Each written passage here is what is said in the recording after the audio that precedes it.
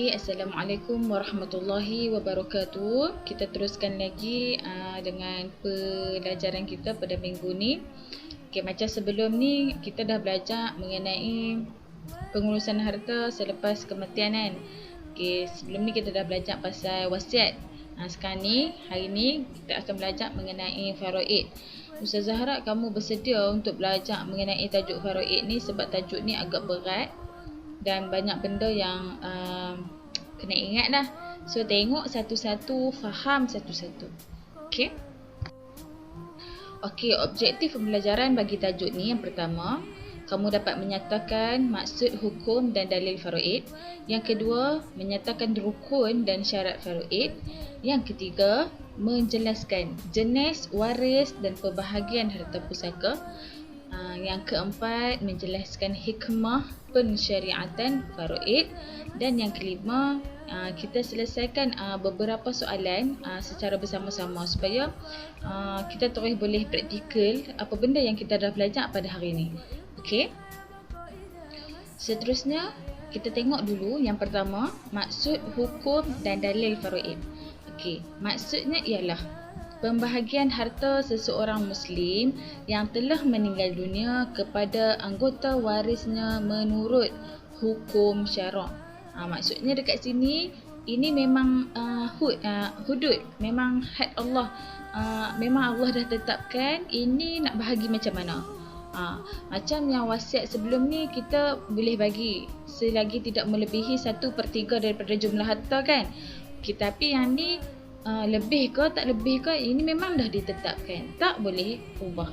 Okey, apa hukumnya? Hukum faraid ini adalah wajib. Okey. Seterusnya kita tengok dalil.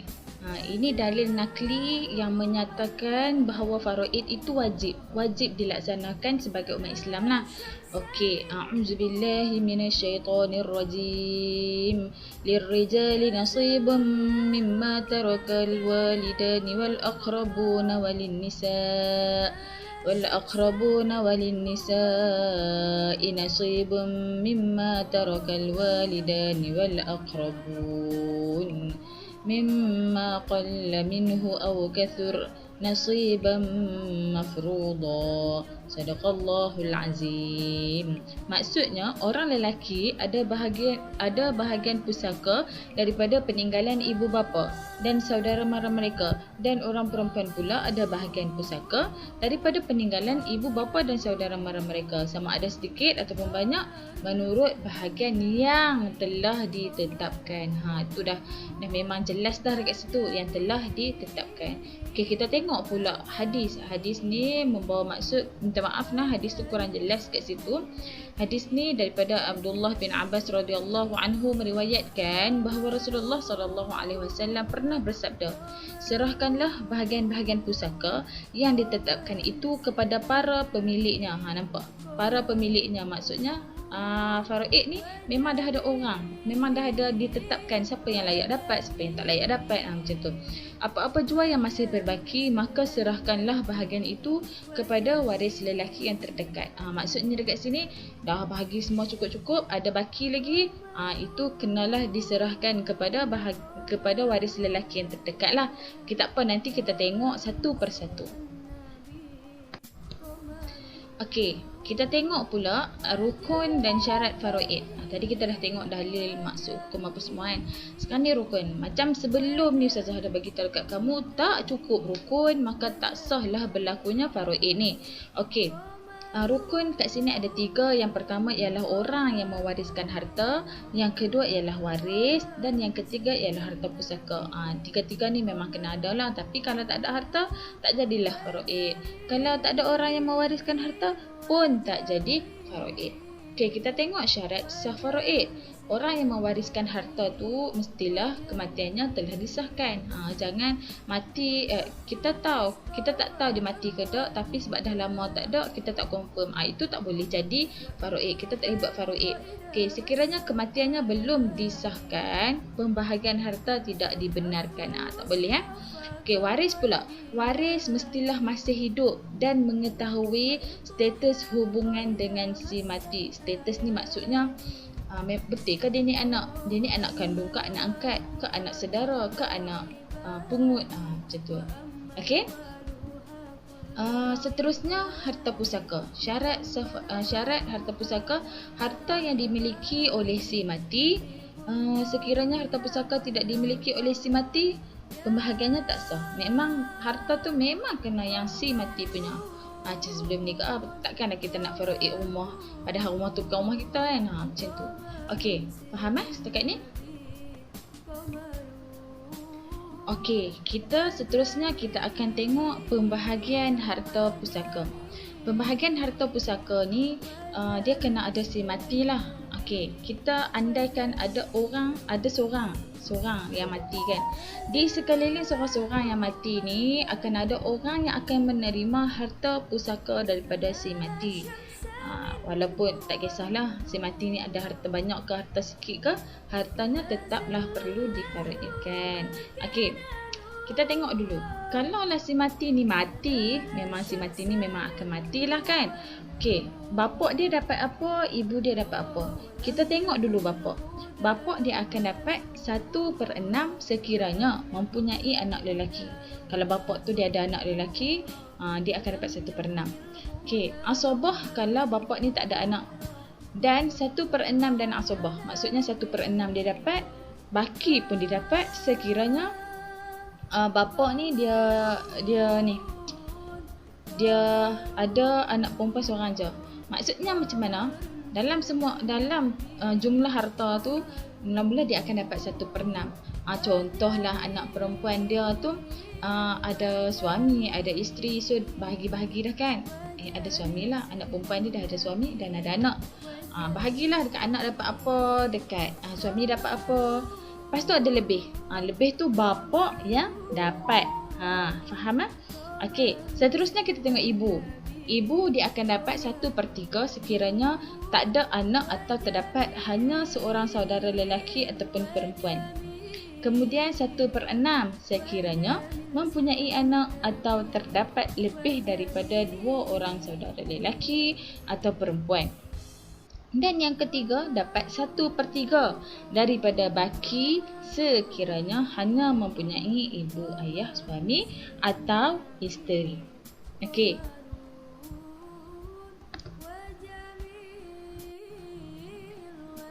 Seterusnya kita tengok pula. Kalau isteri meninggal, suami dapat apa, anak lelaki dapat apa, anak perempuan dapat apa. Kalau suami meninggal, isteri dapat apa, anak lelaki dapat apa, anak perempuan dapat apa. Itu sebabnya kita perlu untuk belajar ilmu faraid ni. At least kita ada sedikit lah maklumat kan. Okey, kita tengok. Suami dia akan dapat 1/2 sekiranya tak ada anak dan 1/4 sekiranya mempunyai anak. Contoh, mak dengan ayah kita dah kahwin. Satu hari ayah tak ada. Satu hari mak tak ada, mak meninggal dulu. Ayah ada lagi. So ayah akan dapat lah 1/4. Sebab apa? Sebab dia ada kamu. Kamu adalah anak. Okey, isteri pula. Isteri akan dapat 1/4 sekiranya tak ada anak. Dan isteri pula akan dapat 1/8 sekiranya mempunyai anak. Nampak kan beza dia kan? Sebab apa? Sebab isteri ni dia tak bertanggungjawab sepenuhnya sebab ada harta. Harta tu akan diuruskan oleh waris. Waris ni lah yang akan jaga. Sebab tu orang lain ni bila dah anak lelaki mati, suami mati kan, semua nak rebut harta. Inilah kes dia, punca dia. Okey. Tapi kenapa? Sebab sebenarnya Islam ni dia nak jaga. Sebab tu dia bagi lelaki yang menguruskan harta. Bukan suruh ambil harta, buat macam harta sendiri, pergi berjoli sana sini, isteri dengan anak-anak ni terabai. Itu salah. Okey. Anak lelaki dia akan dapat seluruh harta sekiranya tak ada anak perempuan. Asabah binafsi. Tadilah asabah binafsi yang kita dah belajar tadi kan. Okey. Anak perempuan pula dia akan dapat banyak mana? 1/2 sekiranya dia anak tunggal. Separuh daripada harta dia akan dapat kalau dia anak tunggal. Dia juga akan dapat 2/3 kalau dia ada 2 atau lebih anak perempuan. Contoh, kamu semua adik-beradik perempuan. So, setiap pada kamu akan dapat 2/3. Macam tu. Okey. Asabah bil ghair sekiranya mempunyai anak lelaki. Kita tak lagi, kamu kena tengoklah balik. Asabah bil ghair tu macam mana. Okey. Faham Setakat ni kamu faham. Boleh Okey, dekat sini ada contoh. Contoh ni, contoh kajian kes lah. Dia ada bagi dekat sini kan. Seorang isteri meninggal dunia dan mempunyai, dia ada apa tadi? Suami. Dia ada bapa, dia ada ibu dengan seorang anak perempuan. Kita tengok dekat situ. Suami dia akan dapat 1/4. Sebab apa? Sebab dia ada anak. Kalau tak ada anak, suami tadi dapat banyak mana? 1/2. Okey Bapa dia akan dapat 1/6 dan asabah. Sebab apa? Sebab yang mati isteri ni, yang meninggal dunia ni, dia tak ada anak lelaki. So dia akan dapat 1/6 dan asabah. Asabah tu apa? Baki. Selepas dah bahagi harta ni, so ada baki. Semua tu dia akan dapat. Baki semua tu dia akan dapat. Okey. Ibu pula dia akan dapat 1/6 dan seorang anak perempuan. Macam tadi, seorang anak perempuan ni dia akan dapat 1/2 daripada harta. Kalau dia ada 2 anak perempuan, dia akan dapat 2/3 daripada harta pusaka. Okey, kamu nampak sekarang ni kan? Faham kan? Ustazah harap kamu faham Kalau kamu tak faham, WhatsApp je Ustazah. Kita akan bincang. Kita cari jawapan sama-sama. Boleh Okey, yang terakhir untuk slide ini ialah hikmah pensyariatan faraid.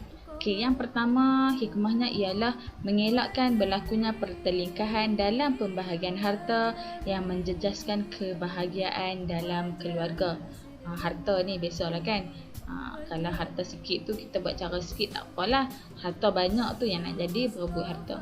Yang kedua, menjamin kelangsungan hidup waris selepas kematian orang yang mewarisi harta. Dan yang ketiga, untuk meningkatkan keadilan bagi pihak waris supaya tidak ditipu oleh pihak yang tidak bertanggungjawab. Macam itulah, sebab tu kita kena belajar. Semua benda kita kena belajar. Sebab apa? Sebab kalau kita tak belajar, kita tak ada ilmu, walaupun ada ilmu sikit kan, bila ada ilmu sikit tu kita akan belajar lagi. Kalau tak ada ilmu langsung, itu masalah. Sebab tu kita kena belajar supaya kita ini tidak mudah untuk ditindas dan ditipu. Okey, hikmah yang terakhir sekali ialah mengekalkan kasih sayang dalam anggota keluarga. Kalau jenis yang orang yang faham kan, dia akan cakap tak apalah, harta-harta ni pun hang yang cari dengan dia. Kami tak mau ambil harta apa pun, kami bagi balik dekat hang. Hang jagalah harta-harta ni dengan sebaiknya. Ada macam tu. Itu adalah keluarga yang tak memandang harta orang lain lah kan. Kita jangan jadi orang yang macam tu. Kita jangan jadi orang yang merebut harta. Kita ikut pembahagian harta yang telah ditetapkan. Pembahagian harta ni adalah untuk bagi semuanya nak dapat adil. Yang dapat lebih tu sebab dia tanggungjawab dia lebih. Yang dapat kurang tu sebab tanggungjawab dia kurang. Macam tu. Okey, setakat ini sahaja kelas kita hari ni, syarahan Ustazah hari ni mengenai tajuk faraid. Kalau kamu tak faham, kamu boleh terus WhatsApp sahaja Ustazah dan kita bincanglah. Kita bincang sama-sama macam Ustazah cakap tadi. Kalau kita tak jumpa jawapan, kita cari jawapan sampai jumpa. Okey, setakat ini sahaja. Assalamualaikum warahmatullahi wabarakatuh.